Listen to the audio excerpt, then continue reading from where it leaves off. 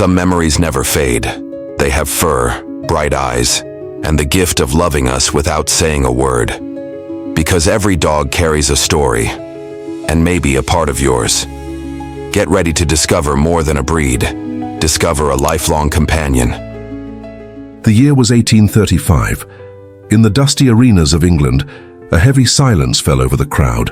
At the center, a half-ton bull snorted, scraping its hoof in the dirt, and before it, weighing less than 25 kilograms, stood a stocky dog with the most feared jaw in all of Great Britain. This was the original Bulldog, and it was about to do something that defied all laws of nature. The dog didn't retreat, didn't bark, just waited with that terrible patience only bulldogs possessed. When the bull charged, the world seemed to slow down. The bulldog ducked, let the horns pass inches from its head, and then, in a movement that seemed impossible for such a heavy body, leaped and locked its jaw on the bull's snout. What happened next would become legend and nightmare. Because when a bulldog bit, the story said, its jaw locked like an iron trap. Not even death could make those fangs release. But was this true? Or just another myth built around one of history's most misunderstood breeds?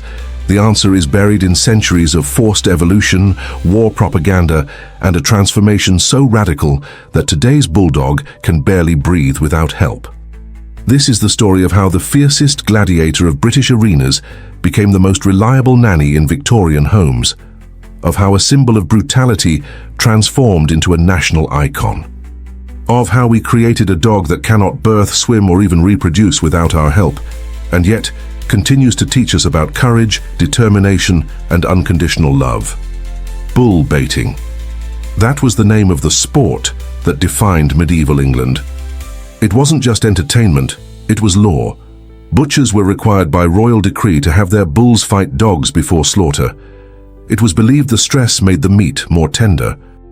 But behind this grotesque justification lay something darker, the human thirst for violent spectacles. And no dog was more spectacular in this bloody arena than the bulldog. But not the chubby, panting bulldog we know today. The original bulldog was a 40-kilogram fighting machine, with long legs, pronounced snout, and agility that would make a modern pit bull look slow. They were bred for a single task: grab a bull's nose and not let go until the 700-kilogram animal fell to its knees. The technique was so specific, it shaped every aspect of bulldog anatomy. The underbite and that projecting lower jaw allowed them to breathe while maintaining their bite. The facial wrinkles channeled blood away from the eyes. The broad chest and bowed legs created a low center of gravity, impossible to topple. Every feature was an adaptation to survive those brutal arenas. But about the locking jaw? Modern veterinarians are categorical. It's a myth. Bulldogs don't possess any jaw-locking mechanism. What they had and still have is determination. An iron will encoded in their DNA. When an original bulldog bit, it wasn't anatomy that prevented release. It was the mind. Centuries of selection had created a dog that simply didn't know the concept of giving up. Records from the period describe scenes we would today consider unimaginable. Bulldogs that continued holding on even after having legs broken. Dogs that were thrown meters high by bullhorns and came limping back for another charge. An account from 1710 tells of a bulldog named Pincher who maintained his bite for 3 hours until the bull finally fell from exhaustion. But in 1835, everything changed. The British Parliament, in a rare display of compassion for the time, banned bull baiting. Overnight, thousands of bulldogs lost their reason to exist.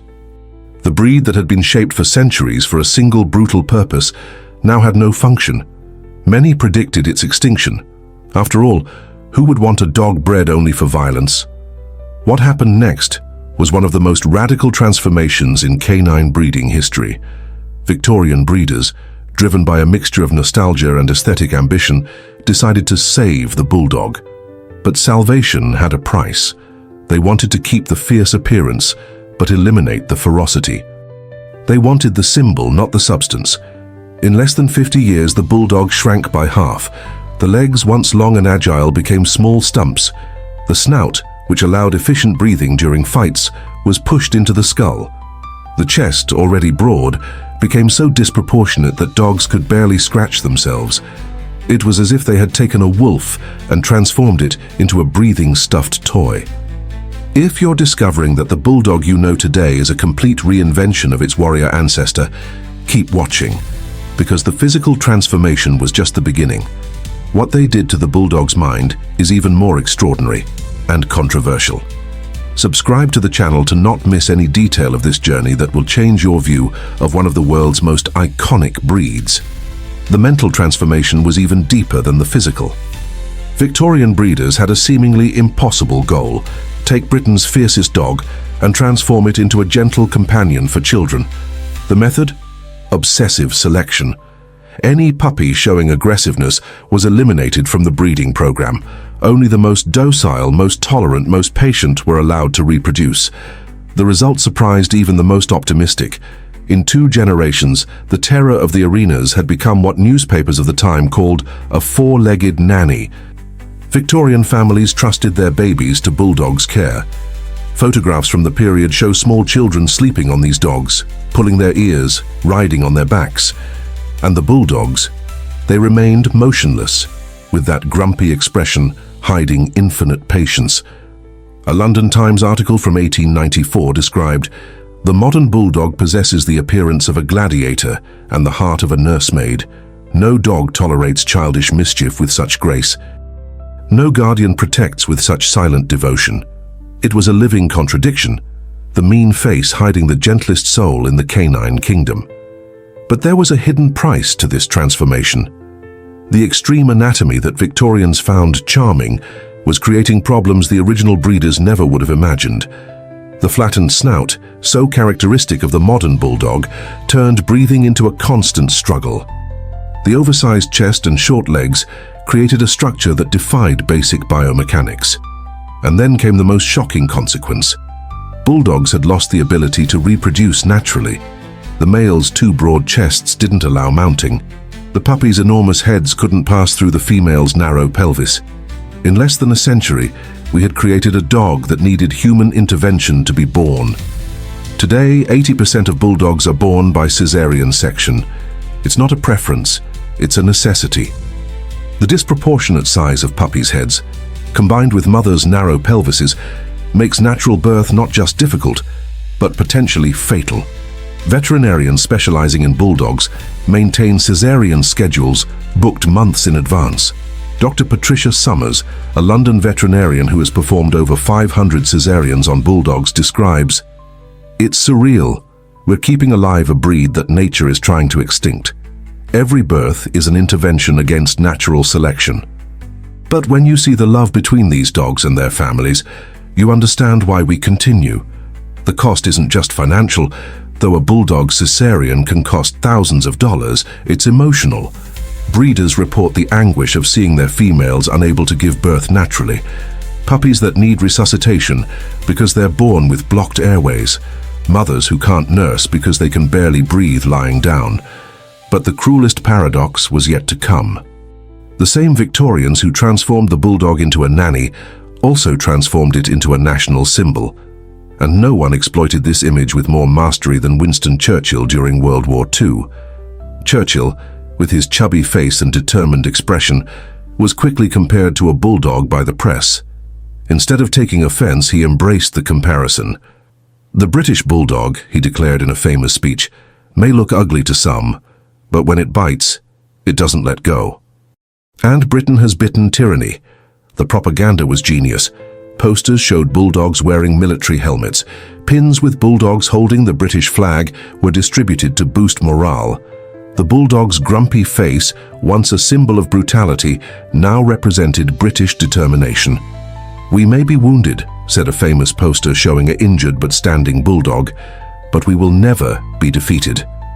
The irony was palpable. The Bulldog, which could barely breathe due to British improvements, was being used as a symbol of resistance.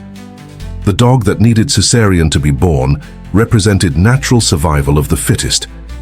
The animal we had physically broken became our emblem of unbreakable strength. But Churchill knew the truth. Private documents reveal he kept bulldogs as pets and was well aware of their limitations. In a letter to his wife, he wrote, "Our poor Dodo, his bulldog, fell ill again. The heat leaves him almost suffocated. Sometimes I wonder if we aren't cruel keeping alive creatures that struggle so much just to breathe." If these revelations about the reality behind the British national symbol are changing your perspective, you need to hear what comes next. Because despite all the limitations we've imposed on bulldogs, they've developed an ability no one expected, one that's saving lives in ways their fighting ancestors never imagined. Share this video with someone who loves bulldogs. They need to know the complete truth. Water had always been the bulldog's enemy, not from fear or aversion, but from pure physics. When the first Victorian family discovered this, it was almost a tragedy. Little Thomas Ashford, age 7, was playing with his bulldog Brutus near the estate's lake. The ball fell in the water. Brutus, with the breed's typical loyalty, jumped after it. In seconds, the dog was sinking like a stone. Thomas screamed. Adults ran. The gardener jumped in the lake and pulled Brutus, already unconscious, to the shore. The dog survived, but the incident revealed a terrible truth. Bulldogs cannot swim. It's not that they don't know how, their bodies simply don't allow it.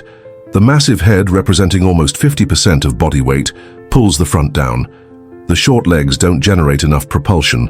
The broad chest creates drag in water. But worst is the flattened snout. To breathe while swimming, they would need to tilt their head back so far the body would turn vertical. It's a biomechanical impossibility. Modern studies confirm the bulldog's body density is greater than water. While most dogs have natural buoyancy, bulldogs literally don't float. Swimming pools have become one of the main causes of accidental death for the breed. 5 minutes unsupervised near water can be fatal. But here's the miracle of adaptation.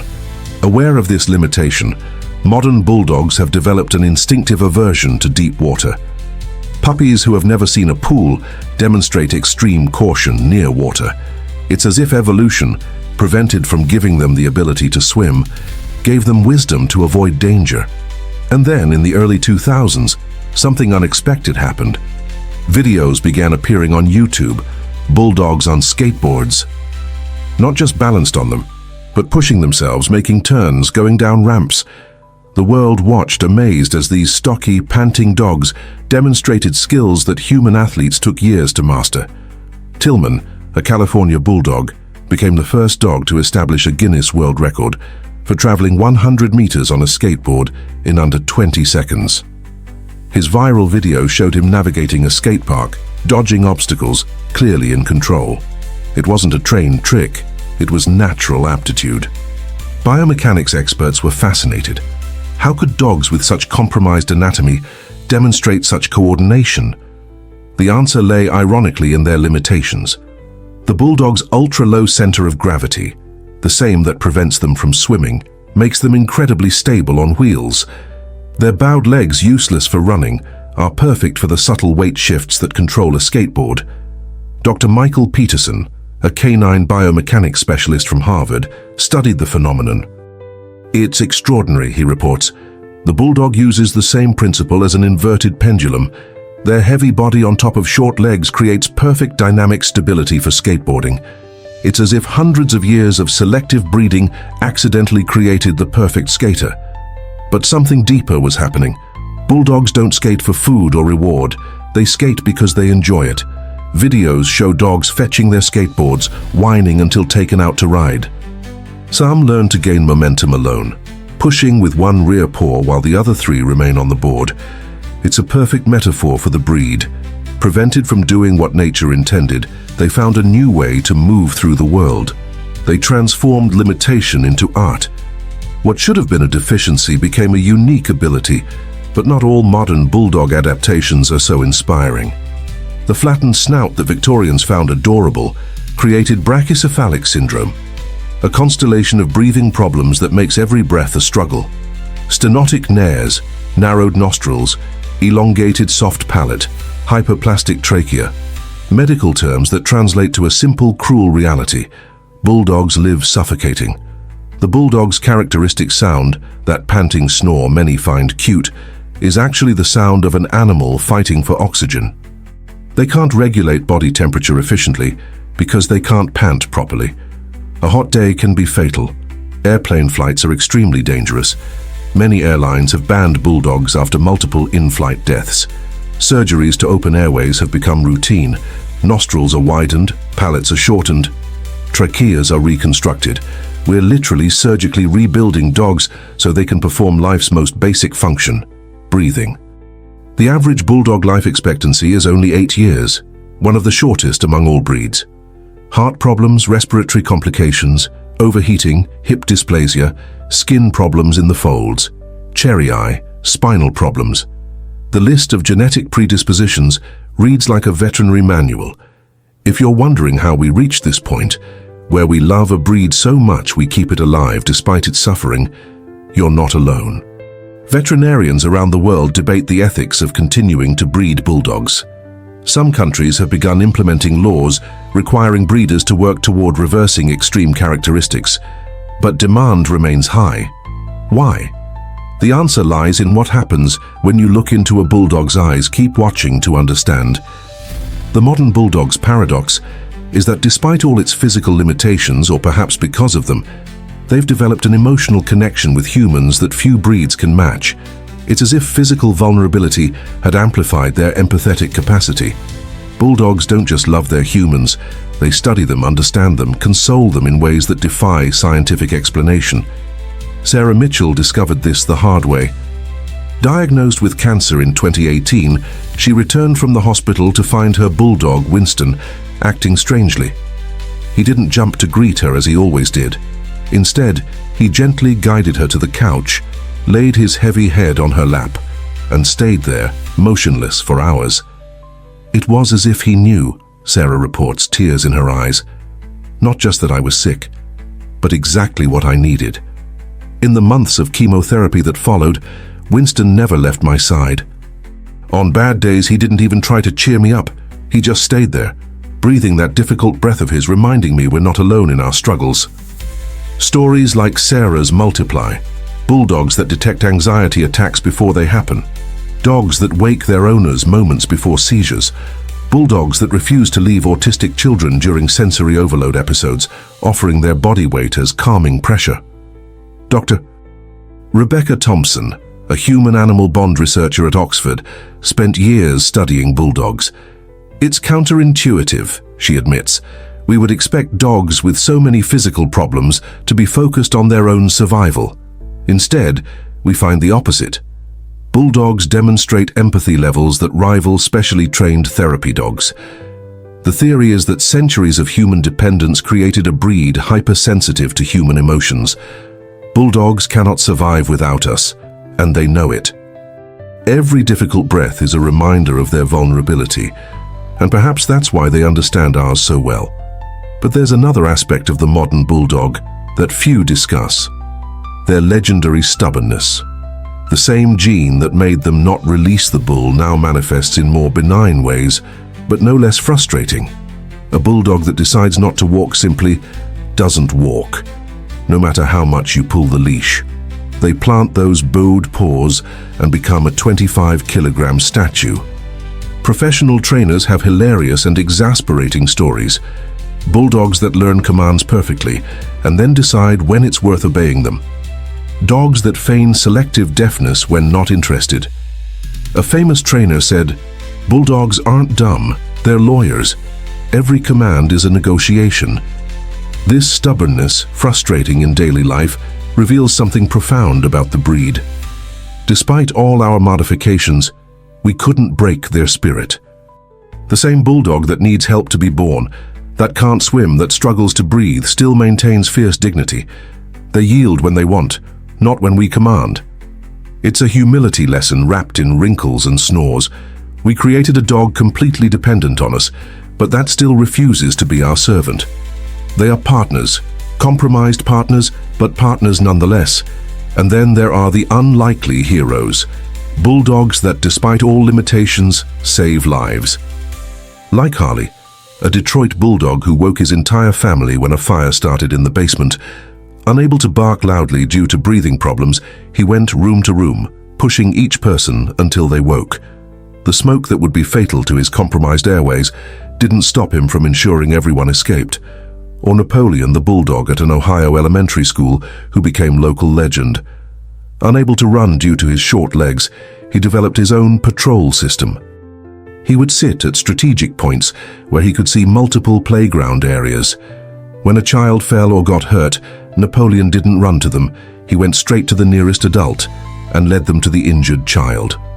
Teacher Janet Williams, who worked with Napoleon for 5 years, describes, "He compensated for every physical limitation with emotional intelligence.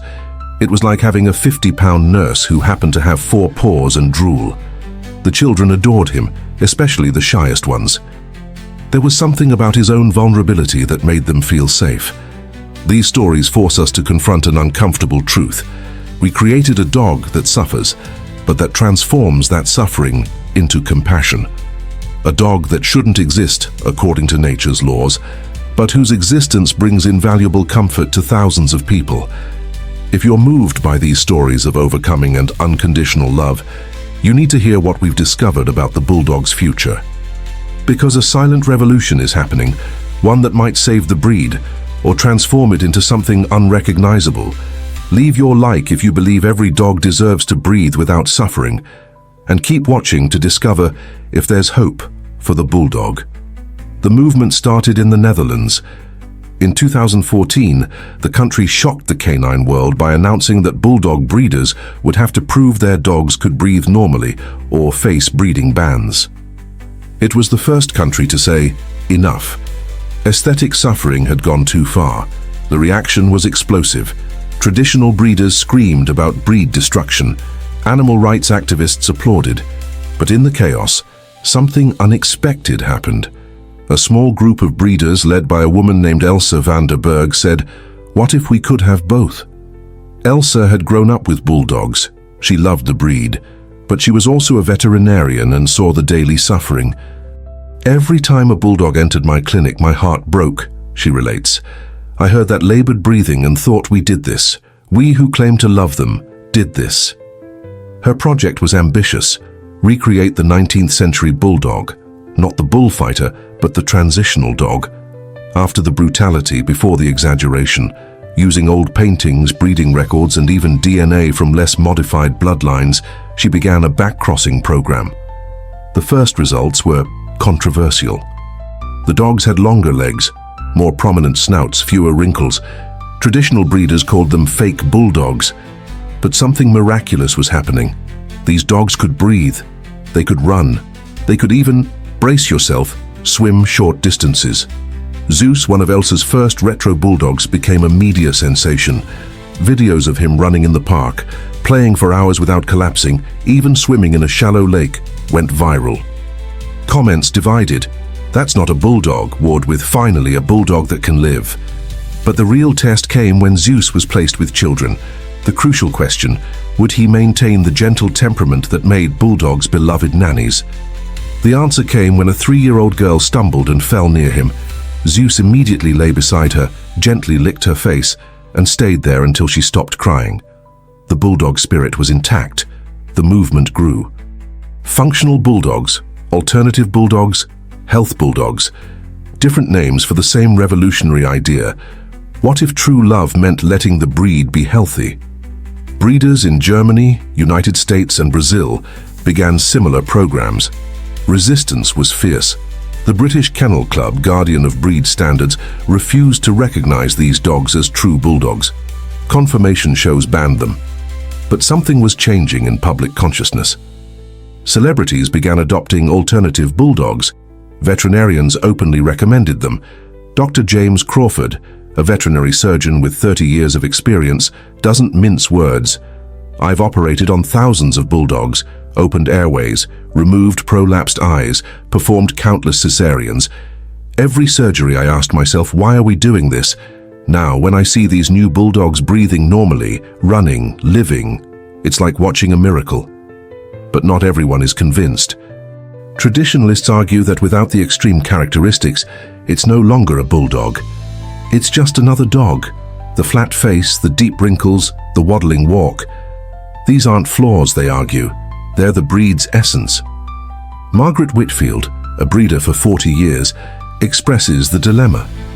My bulldogs are living works of art. Yes, they need special care. Yes, they have limitations, but so do people with special needs. We don't fix them. We love them as they are. The debate raises profound questions about our relationship with dogs. Do we have the right to create animals that suffer for our aesthetics? Where is the line between preserving tradition and causing suffering? And if we change the bulldog until it can breathe, is it still a bulldog? While the debate continues, individual bulldogs continue touching lives. Like Tank, a traditional bulldog from Miami who went viral not for skateboarding or tricks, but for something simpler. Every day he waits at the local bus stop. When the school bus arrives, he greets every child who gets off. He can't run to them. His legs don't allow it, so he waits, tail wagging furiously, distributing licks to anyone within reach. Bus driver Carlos Mendez tells, "At first I worried. This dog could barely breathe. But then I saw the kids. Some have bad days at school, bullying, bad grades, who knows? But when they see Tank waiting, everything changes. It's as if he's saying, I have difficulties too, but here we are. It's free therapy every day. Tank doesn't know about breeding debates, doesn't know he's a symbol of controversy. He only knows that at 3:15, children need love. And despite his narrow nostrils, elongated palate and crooked legs, he's there. Every difficult day, every labored breath. It's this paradox that makes the bulldog impossible to abandon. We created a dog that suffers, but that transforms suffering into love. That can't run, but teaches us persistence. That struggles to breathe but never stops trying. We're approaching the end of this journey through the complex and contradictory world of the bulldog. If you've made it this far, you already understand this isn't just the story of a dog breed. It's the story of ourselves, our capacity to create beauty and tragedy, our stubbornness in maintaining traditions even when they cause pain, but also our capacity for change and compassion. What comes next may determine whether the bulldog has a future, or if it will become just a lesson about the limits of love. The bulldog's future is being written now in genetics laboratories, veterinary clinics, and most importantly, in the homes of millions of people who love these imperfect dogs. New technologies offer hope. Genetic tests can identify carriers of severe breathing problems before breeding. Artificial insemination techniques are being refined to reduce the need for cesareans. But real change needs to come from us, from every person who chooses a puppy, from every breeder who decides between profit and health, from every show judge who awards a dog. We're at a crossroads. We can continue breeding dogs that need surgery to breathe, or we can choose a different path. Some have already chosen. Like Jennifer Martinez, who after losing her traditional bulldog at age 5 due to respiratory complications, adopted an alternative bulldog. It's not betrayal to love a dog that can breathe, she says, watching her new dog Buddy run through the yard. Rocky, her previous bulldog, would have wanted this for Buddy, I'm sure of it. Others find ways to work within the system. Progressive breeders are subtly selecting for more open nostrils, longer necks, less extreme bodies. Small changes that add up to healthier lives. It's evolution in real time, guided not by survival of the fittest, but by compassion of the wisest. And there are those who love their traditional bulldogs exactly as they are, dedicating themselves to providing the best possible life within limitations. Like the Thompson family, who installed air conditioning in every room, built ramps throughout the house, and keeps a respiratory emergency kit always at hand. We didn't choose an easy dog, admits Father Mark, but we chose our dog. The truth is, there's no easy answer. The bulldog forces us to confront uncomfortable questions about love, responsibility, and the limits of devotion. Do we love the appearance that causes suffering? Or do we love the spirit that persists despite suffering? Perhaps the answer lies in a final story. Ruby was a 12-year-old bulldog, ancient for the breed, when her family brought her for the last consultation. Cancer, heart failure, extreme breathing difficulty. It was time. As the family said goodbye, Ruby did something extraordinary. With immense effort, she stood up, crossed the room, panting terribly, and went to the cage in the corner, where an abandoned kitten meowed in fear. Ruby lay against the cage, her massive body offering warmth and comfort to the frightened kitten. She stayed there until the end. The veterinarian, Dr. Susan Chen, never forgot. In her final moments, with every breath a struggle, she still chose to comfort another being suffering. That's what bulldogs teach us, that love isn't diminished by imperfection, perhaps it's amplified by it. Bulldogs are mirrors. They reflect our capacity to create problems and our determination to love them anyway. They show that we can take wolves and transform them into creatures that can barely survive, but also into beings of extraordinary compassion. They force us to ask, what's more important, form or essence? Every skateboarding bulldog reminds us that limitations can become art. Every cesarean reminds us of the price of our aesthetic whims. Every difficult breath is an accusation. Every act of unconditional love is an absolution. If you have a bulldog, you know the sound of that breathing in the early morning. You know the weight of that head on your lap. You know the look that says, I'm struggling, but I'm here. And you know you wouldn't trade it for anything. If you're considering a bulldog, think carefully, not for Instagram, not for cuteness, but because you're ready to love something imperfect with perfection.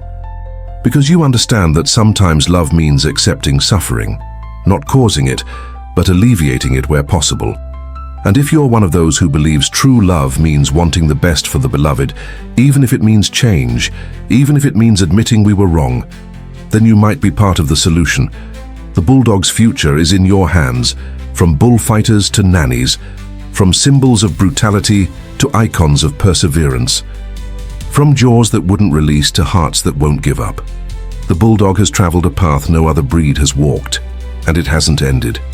Perhaps you also know something about forced transformation, about being shaped by expectations until you can barely breathe, about finding strength in vulnerability, about loving and being loved not despite imperfections, but because of them.